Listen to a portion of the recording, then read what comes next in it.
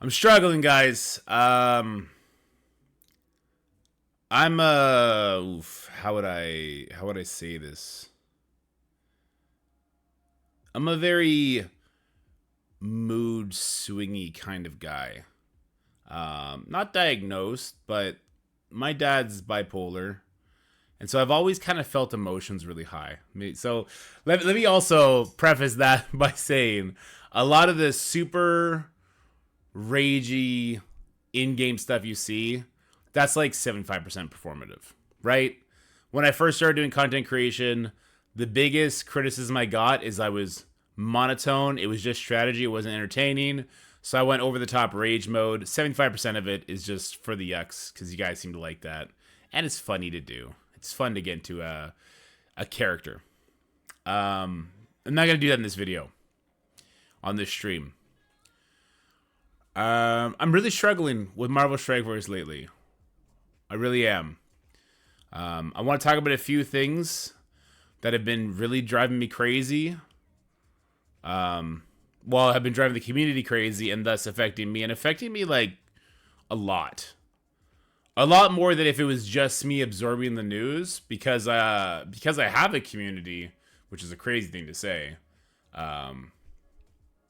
Yeah, I'm inundated with other people's very strong opinions about it, which is fine. I think they're 100% entitled to their opinions, because I would definitely feel a lot of that too, but maybe not as strongly. But I do feel it more so because I get, it's like a tidal wave hitting me when they do stuff like that. There's a couple great things that I know are coming that balance that out a little bit. But the last couple days... Thank you for the sub, Ceci. You're the best. The 25 subs. Jesus Christ. Thanks, Ceci. Yesterday and today in particular, I didn't want to turn my computer on. I didn't want to... Which is fucking crazy. Alright? Before Marvel Strike Force, I was a truck driver. I worked 14-hour days. I was up at 4 o'clock in the morning. I was pre-tripping my truck out of the yard by 5, gassing up, and then I was touching 30,000 pounds of tires. 30,000 kilos of tires, actually. Load them up, crisscross applesauce them, take them down, go do it again, 5-ton truck. Like, my job was horrendous. Like, back-breaking kind of labor. And that's what I've done my entire life. Started playing Marvel Strike Force when my son was born. Just casual Carl, right? Got into an alliance. Figured I was actually pretty good at this whole strategy thing. And made some videos for them. I like that. And I made some really goofball videos about like new characters. Like if you go back to the channel, my first video about Ghost Spider is a train wreck. And then like I got a little bit better. And then like the Horseman stuff hit. And then it was off to the races. To the point where this is my full-time job now. I no longer have to wake up at 4 o'clock in the morning. I no longer get back at 6 o'clock. I get to play with my kids from 4 until they go to bed. I'm up with them in the morning. I don't log into the computer till like 9 o'clock. My life is immensely better. And I didn't want to do my job yesterday or today. There's a couple reasons why. I want to go over that in this video. I'll try not to make it too long. We're already 4 minutes in. It all kind of started with this guy, right? It all kind of started with Old Man Logan. The problem with Old Man Logan was the stargating. Here's the thing. The stargating felt so entirely unnecessary. So if you look up here, you can see requires 5-star characters. That was true for difficulties 11 and 12. 13 and 14 difficulties required 6-star character. Difficulty 15 required a 7-star character. This was so totally unnecessary. If you were to try and bring a 5-star Cabal team into that 10th node, you would get fucking demolished. You would not stand a chance. Putting a Stargate on it, it was just off-putting. And I didn't understand this move. I didn't understand this move at all.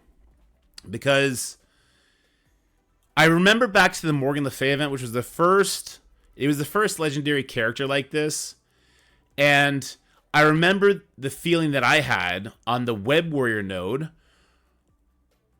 when I was trying to RNG my way through, which everybody was doing, right? We all remember that if you played during that time.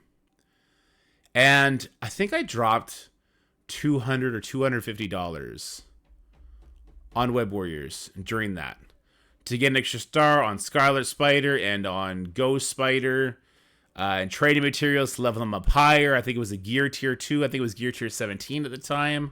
Maybe it was 16. I think it was 16. And so with the Old Man Logan, I don't understand, because in my head, if people tried to do difficulties like 14 or 15 with a under-star leveled Cabal team or at a time team, I think that they would be more inclined to spend, because it's not them being forced to in order to access that difficulty. It's them doing it because their team can't handle it, so it's more of a voluntary choice. But Scopely has the numbers, so clearly they know something I don't, and maybe this was the better monetary decision for them. I just don't think it was the better community decision, right? This was kind of the start, though. This isn't where the story finishes. This was kind of the start of this. It wasn't the start of pay to win. The game has always been pay to win. Let's not kid ourselves here.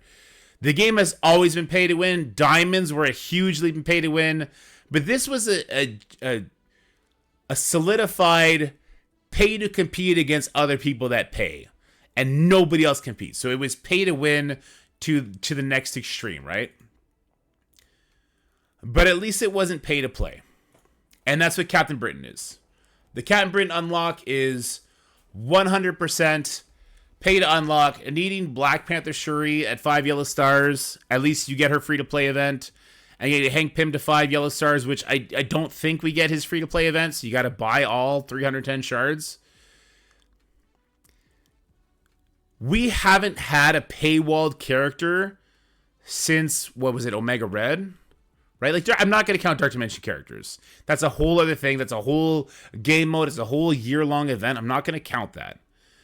Morgan Le Fay set a new norm, which was legendary characters, which had historically were the paywalled characters. They are unlocked at 3 stars. No, so Black Bolt was like... So, that old norm was crazy, right? Like, you needed to buy the Asgardians to have Black Bolt on his first run so that you can get Ebony Maw on his first run, because, like, Black Bolt didn't run in between, I don't think. That was the old norm. People were used to that, but then Scopely made this change, and since Morgan Le Fay, which has been, 2 years now? This is the new norm. To say we're going back to the old norm, it's like, you can't just do that on a dime, right? And I don't think they should do that, because this was a huge selling point for Marvel Strike Force. If somebody were to tell me, hey, should I play Marvel Strike Force? Even before they did the new player changes, which we're going to get into for sure, because that's an amazing thing that they've done. I still could have told them, well, we're never going to play together unless you drop thousands and thousands of dollars, or if you play for 2 years and then whatever is meta at that time, we're going to be working on the same meta teams. All the fluff I have will be garbage. I still would have been able to tell them, after like 6 months of playing, you're going to unlock every single character that comes to the game, even if they're a legendary character. I could have said that, because that was the norm. That was the Morgan Le Fay, Rogue, Red Hulk, Archangel, Black Cat, Nova, even Green Goblin. You would get it unlocked. I can't say that as a selling point anymore. I can't say that we would have the same teams if we were to match up. You would just be at an extreme power disadvantage by not spending on that team. I can't say that, because Captain Britain and the Illuminati team is an S++ tier team in Crucible. And with the stage 4 rules that you all saw in the tournament, I was, you know what, when I first started testing them, because I didn't know the room rules, I was like, oh, okay, well, this is beatable, because they're not going to have diamonds if it's like a 5-star Captain Britain, but I have diamonds on Goblin. It's going to be over. No. With that new stage 4, that's not a thing anymore, right? Illuminati goes in there and it's a wrap. So it's a paywall advantage on an epic character that's going to be vaulted. I don't know what that means. You guys don't know what that means. What the hell does that mean? Well, they put up an FAQ, which gave nothing. The answers in the FAQ to me were so corporate speak, which is not something I just told you. I was a truck driver for 7 years or 11 years before doing this, if you count the oil field stuff. And the FAQ, it didn't really, you know what it did do? It did tell us that Captain Britain was going to be a 3 yellow star unlock. It did tell us it was going to be dark promo credits. Everything after that was like, yikes. Right? It was just like them dumbing down the language from the previous blog is all it was. And that set the community, I think, rightfully on fire, because we were used to a new norm since Morgan Le Fay, which was so much more community friendly. And it's been on fire since, to the point where, like, content creators, there's always going to be a very, very aggressive minority of people that are going to look at what Scopely does. They're going to attach it to content creators, and they're going to go after them. Like when we had the Envoy tournament, the amount of people I had asking me not to use Captain Britain in protest in a very aggressive manner, very colorful language, was not zero. I was never going to do that. 2 reasons. 1, I want to show how to beat Captain Britain. 2, I'm going to have him on defense. So you're not going to see me play him anyway. I'm just not going to automatically lose to my opponents. And he's part of the game. It is what it is. And I really thought Spears X was going to beat him.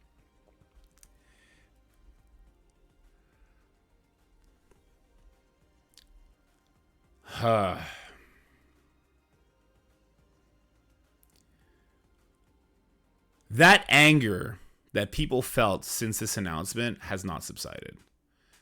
And after seeing how good he is, I don't think it's going to subside. And there's been so many other things that go along with this Captain Britain stuff that, and this Illuminati team in general, that has not been doing any favors, including what was announced earlier today, the pocket dimension. So it's already been corrected, which is good, but they were going to have your 5 Illuminati members needed to do the missions, and not in a small way. And the fact that they are going back on it, it's good, but it's also telling. There was going to be like 25 fucking nodes in this pocket dimension. That's super cool, because there's rewards on every single node, 25 hits of rewards, and then you do it twice because there's 2 runs for these dark dimension things. They were going to cap out the free-to-play players on node 4 of the first run.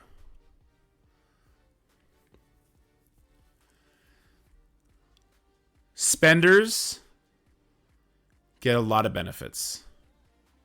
For every dollar they spend, they're going to get what they're spending money on. They get bang for your buck. They get all the showcases. They get the end milestone rewards of places. They get, like, Mephisto early. They get the advantages. Have you tried to do Sword Satellite without having giant characters? They get to place higher in Crucible because their teams are stronger. They're getting better rewards daily for doing stuff like that. The benefits of spending are there. These pop-up events, these sporadic events, is the lifeblood of Marvel Strike Force.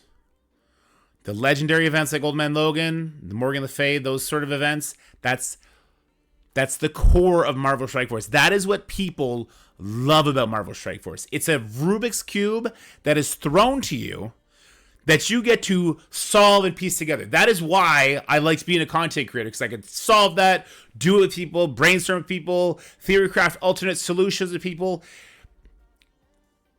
When you take that away, you're left with raids.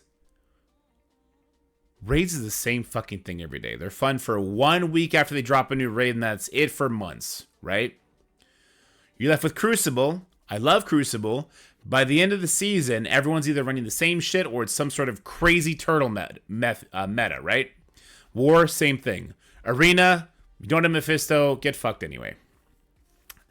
These pop-up events, the legendary events, Sword Satellite, Kiln Tower, regular tower, which I'm not sure we're ever going to see, and these pocket dimensions, these sort of sporadic events, this is what makes people excited. People get excited when they see the word sword. They get excited when they see pocket dimension. The fact that they were willing to pay gate it after the 4th node is crazy. There's 2 things here, right? This was malice, and there was so much blowback immediately that they ran it back. Or it was, and if it's the person who made the decision at Scopely or had this oversight at Scopely watches this and you get offended by this, I'm sorry. Pure idiocy.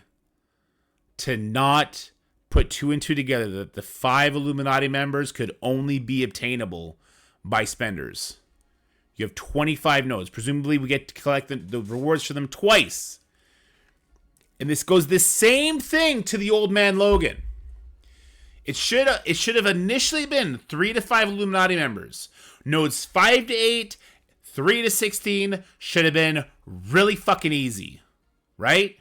Nodes 21 and 22, if you only have the 3 old Illuminati characters, those should be super hard, where people have to use all the heals that you're given in that calendar. All the heals from those free-to-play players need to go into those nodes. They gotta spam it. Maybe they gotta core it a little bit. Maybe it's gonna take them 4 fucking days to get through it, so they're not gonna get to do an entire second run. But they get to those nodes, and they get to make that decision on their own, not based on an arbitrary gate. The fact that a sporadic event was pay gated that early and at all is insane. The fact that they can't cleverly pay gate things with at least the illusion of free-to-play accessibility anymore, it's nuts. I'm not sure if that blunt, you can't even do this, is actually driving sales, because the only people I talk to, it's driving them away.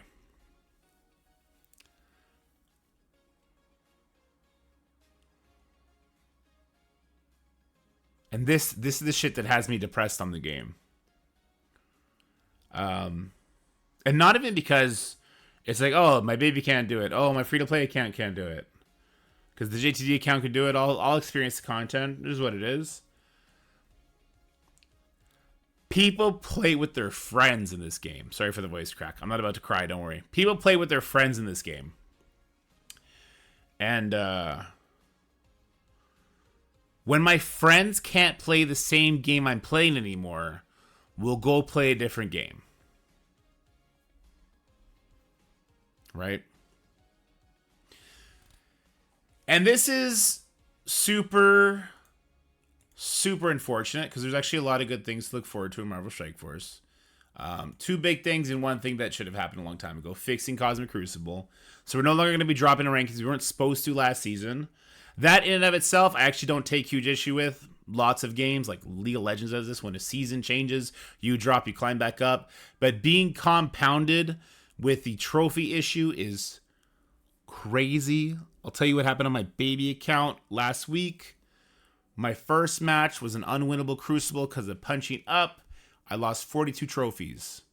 The next 2 matches, I was still punching up 30 million from a 20 million account, so that's a giant discrepancy. I won both matches. One person didn't attack. The second person attacked one room, which is the only reason I won. I did really well. Come on, I'm the best. I did really well, but it's the only reason I won, for sure. If they attacked with any sort of meaning, they would have won. On the first match, I lost 42 trophies. On the second match, I won 21 trophies. And on the third match, I won 23. I ended up getting 2 trophies on the week. So I won 66% of my matches, and I won 2 trophies. Same thing happened the week before. The ELO system that Marvel Strike Force has when it comes to Cosmic Crucible is not reflective of how big the community is. It's not. That has to be what the issue with trophies is. All right? And obviously, this isn't in gold at this point. I'm beating people that are 50, 60 million TCP. So climbing all the way through gold at true trophies every single week by winning 66% of my matches, I'll never get to platinum. I'll never see those diamonds. So this is like a technical issue that has been gating people from actually climbing in what many people feel is their favorite mode. And that's not good. But this isn't a negative thing that I want to dwell on because they're fixing it. We're not going to be dropping down next season. And they're fixing the trophy issue. It's not going to be fixed right now. Hopefully it'll be hot fixed in during the season. If not, the next patch, whatever the case may be, it's coming. They are aware of it. It is one of their highest priorities. Good. I'm glad. There's another really good thing that they're doing. And this is, you know what? The baby account taught me a lot. And I'm sorry about that. Computer had a malfunction. We went from there. Also, there's a new light blaring in my face. I'm going to turn that off. So where was it going? The baby account taught me a lot. It showed me a lot of the shortcomings in the game. And we were doing it in the midst of the A/B testing, the unofficial, unclaimed A/B testing on the experience front. But one of the things we found out that the Apocalypse chase 2 years after the Horseman teams, disgusting. Absolutely disgusting. Having to build up, was it like 24 characters, 17 of which were absolute trash, was gross. One of the reasons I ran into the Crucible issue that I did was because people were building their Horseman teams and my raid teams were demolishing them on like 700 plus K punch-ups. And so I had a lot of feedback I gave them and they ran with it and they fixed it. And this is where it gets a little weird for me because I was watching Mobile Gamer's video the other day and he was saying how like his numbers were down a little bit, which is indicative of like how the game was feeling. I don't know if it's because it's the new player stuff. I don't know if I just got a little bit better at this. I don't know if more people just caught wind of me. I don't know. My numbers have never been higher. I'm not going to get too like analytical with you guys. Suffice it to say, 2023, I think I averaged like 200 new subs a month. 2024, I'm averaging 750 new subs a month. Not Twitch, YouTube subs. It hasn't necessarily generated twice as much or 3 times as much views. Well, if it did, then we would not be having this sort of issue at all. But it has increased a little bit. For sure, the views have increased a little bit. The subs have gone crazy. And older videos are now getting hits from new people watching it. Which to me is like, where's the disconnect there? If I'm getting all this new traffic, and I am meeting all these new amazing people that are joining Marvel Strike Force. I made an alliance, right? I made a baby alliance. And in that baby alliance, I want to say we have 5 new spenders, big spenders. I hope they're not spending because they think they need to keep up with me and what we're doing here. I don't think that's the case. But like, spenders are joining the game. For sure, spenders are joining the game. In droves. So why do we need to be pay gating this stuff? Somebody was saying earlier in the chat, like, is this their last cry? Like, to get some stuff out, this is their Hail Mary play. They need to make money so that they'll stay in business. I think the game was in such a fantastic spot. New players were coming in. They were fixing that experience. I started seeing more advertisements from Marvel Strike Force. I feel like the game was in such a good spot. They should have just been making more money on the regular offers and stuff like that. Also, here, do I have the game pulled up right now? I don't. Let me pull the game up right now, because we've been seeing different levels of offers than we ever have before. And so of course it's gonna be broken while we're trying to do this live.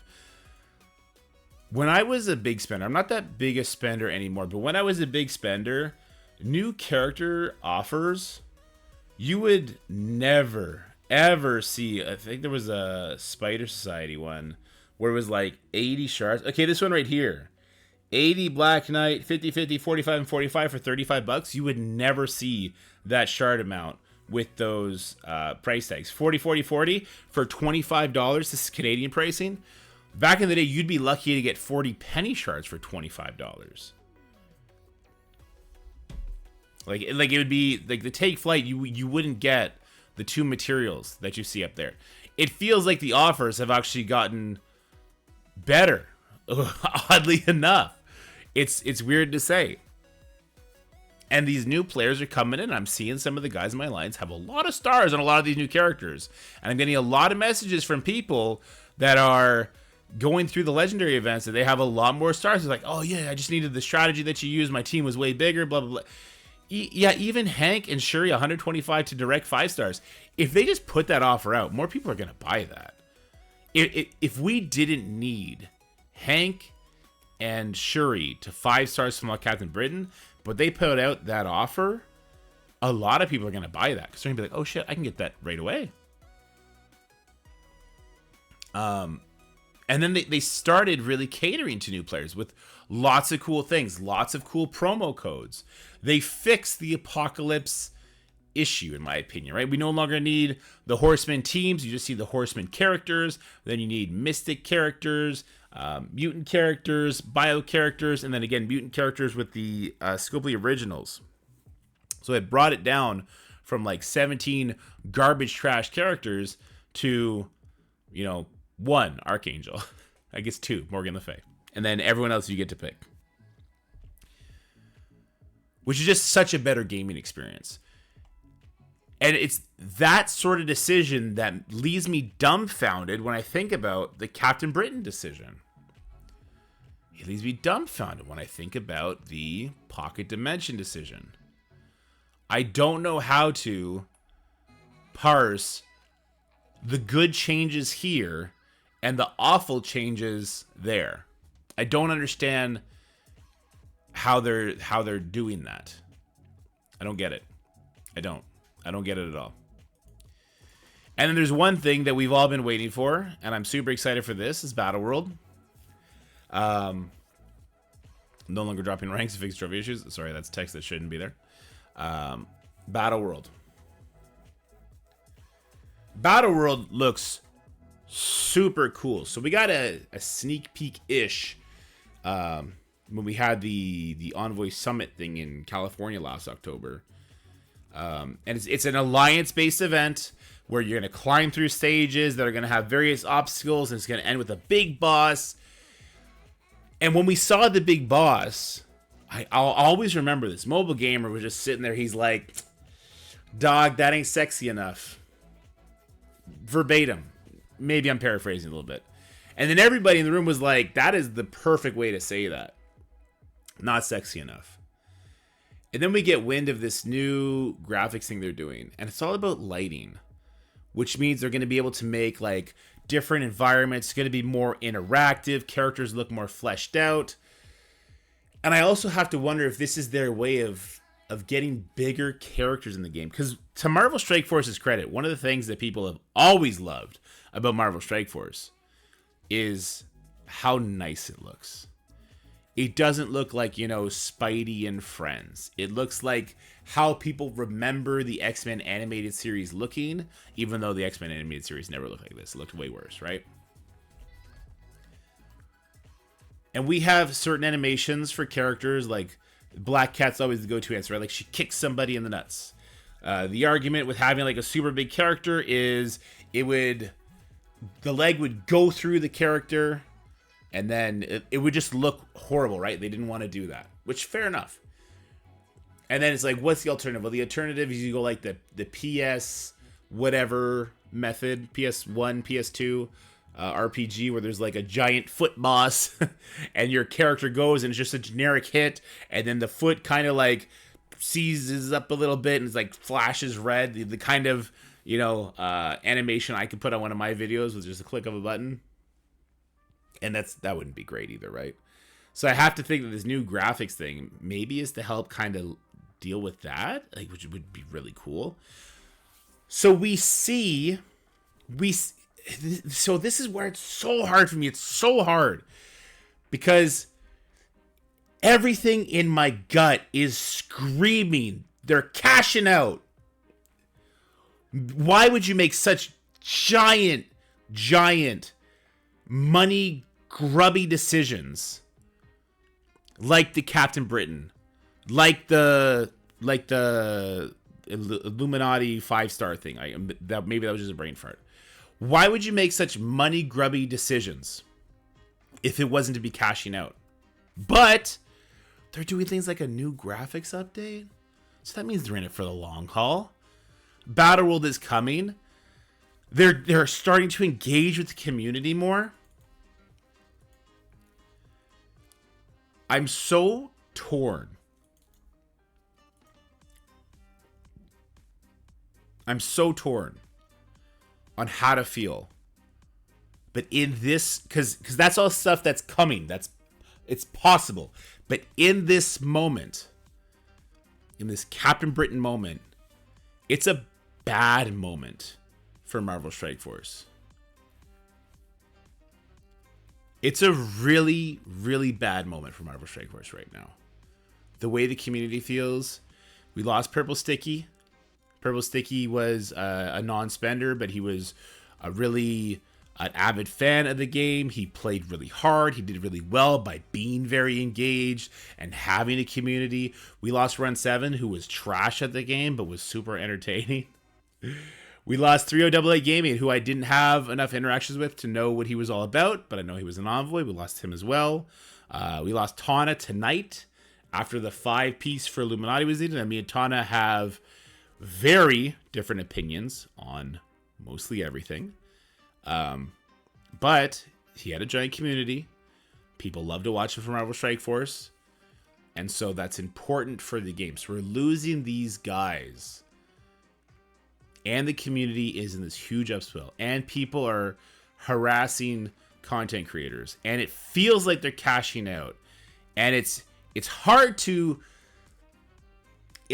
not think that people are fleeing from the game when every other comment I see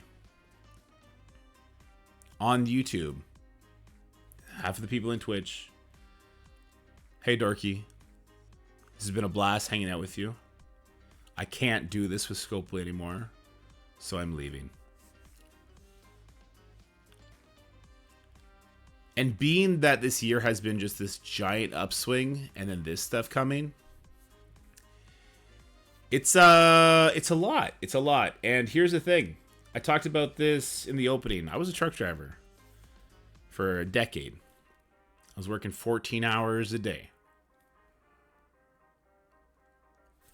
I can't, and this is going to be the end of the video, I can't compute what they're doing with the long-term goals that I see coming that I think are awesome, that look great. And with the decisions they're making in this moment, it doesn't add up to me. But I know that in this moment, they're showing me something that is going to drive away a huge audience for me. You know who else is huge? Jacob, Lucas, Mikael, and myself. My family. Right now, I should be editing the Envoy tournament videos. I should be editing Illuminati testing footage. I should be editing Season 9 Crucible suggestions. I should be doing all that stuff. But instead, I'm here because I'm worried there's no future for the game because of the decisions that they're making that I know are going to drive away a huge portion of my community. Selfishly, it's a business. So I have to start branching out. I don't think Marvel Strike Force is going to go anywhere for quite a while. But if they do keep running off the cliff, then they're going to run off the cliff. There's nothing I can do to stop them, right? I can give them advice till I'm blue in the face. If they don't use it, they don't use it. So I have to start branching out. So lots of people ask, are you quitting? Are you going to quit too like everyone else is quitting? Like, unironically, I've gotten 5 DMs from people that I DM with, I don't know, once a month asking me if I'm going to be quitting. Or you can't quit, you better not quit. And I don't know if that's because they see content creators quitting, or if it's people around them are quitting, or big names like Beta Ray Bill are quitting and Taco quit. There's a lot of quitting going on. And as a business perspective, and as a father, I have to start branching out if I want to keep doing the content creator thing while still sleeping soundly, if that makes sense. Like, I could burn the midnight oil and put out 3 Marvel Strike Force videos a day. But if the game is steadily losing these veteran players that actually care to watch YouTube, that care to be on Twitch, what's the point? Marvel Rivals is coming up. Probably going to have a lot of videos for Marvel Rivals coming up the next couple, probably next week.